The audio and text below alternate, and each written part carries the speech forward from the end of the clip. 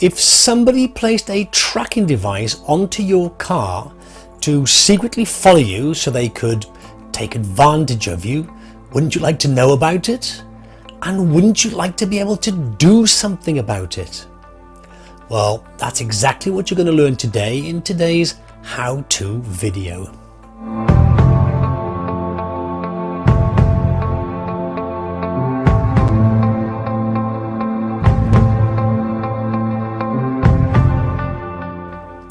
After suffering an accident, people are often quite vulnerable. They may not be able to return to work or lead the life that they used to, but you could leave yourself a whole lot more vulnerable, open to exploitation from dodgy surveillance operatives if you ignore what I'm going to show you today. I'm Andrew Kift, producer of the Claim Defence Programme.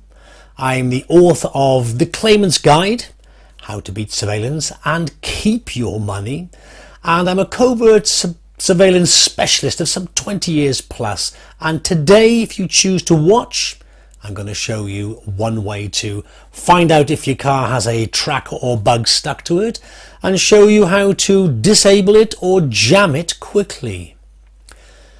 Some surveillance teams that are sent to film accident victims who are claiming compensation use tracking devices. Even though they're illegal to use unless they ask you, which kind of defeats the object, they still do. They buy these GPS trackers on the internet and they're fairly cheap. And they attach them with powerful magnets to the bottom of your car. They do it really quickly. Have a look at this.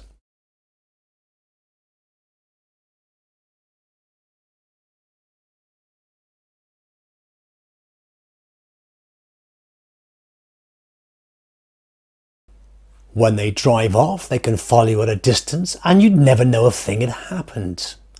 When you reach your destination, they can film everything you do, or simply build up a picture of everywhere that you go, ready to film you on another day. Having worked out your daily routine, they can lie up an ambush for you and wait for you to arrive. Now, you can buy GPS tracking detectors and they're really good, but it means you have to sweep your car each time that you use it. So, first up, here's a simple method that can work really well. Use the radio in your car. If you're worried there's a GPS tracker on your car, turn on the radio and switch it to the AM dial. If you hear a consistent and loud tone, there's a likelihood you've been tracked.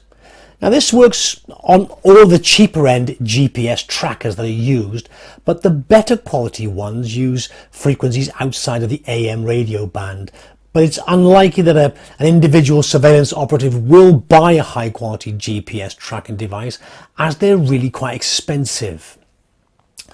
There is another much more effective way, and that's to block the signal of the tracking device with something called a tracking jammer. These small and simple devices plug into your cigarette lighter or the power socket in your car, and they jam the GPS signal that the tracking device needs to send its signal to the receiving device, rendering the tracker useless. They're really easy to use, and as I said, you simply plug them into the cigarette lighter or the power socket in your car. They power up each time that you start your engine, and so they jam the GPS tracker right from the very start. You can pick them up on the internet fairly cheaply, anywhere from about £20 to £30, which would be effective for our particular usage, up to £150 or £200 for the really wide frequency jammers. The downside to this is that I live in the UK and they're definitely illegal to use here.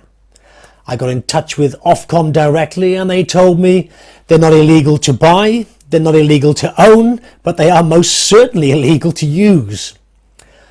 Whether they'd be able to detect if you were using one is highly unlikely in my view, but they are illegal in the UK. So if you go down the tracking jammer route, please find out about the legality of their use wherever you live in the world before buying them and using them.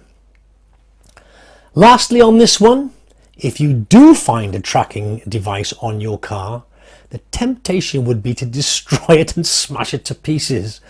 And although I can understand this urge and desire, resist it. In my opinion, there are two far more satisfying options. Option number one, put it on somebody else's car and have the enjoyment of knowing they'll be running around all day chasing ghosts. And when the battery finally runs out on their tracking device, they'll have lost it forever. Now, you might need permission to put these things on other people's property, so ensure it's a friend or a relative's car and you have their permission. The second option, contact us. It's likely we'll be able to track it back to the owner or the receiving device. For more practical tips, tricks and advice on how to detect surveillance and neutralize its effect on you, go to our YouTube channel or follow the link below to www.activehouseuk.com. Please be sure to like and share this video so that other claimants just like you can benefit. You could also head over onto the website and enter the free monthly prize draw competition for a chance to win a complete copy of the Claimant's Guide, How to Beat Surveillance and Keep Your Compensation. Getting your compensation claim off to the best possible start. I'm Andrew Kift for Active House. Thank you very much for watching.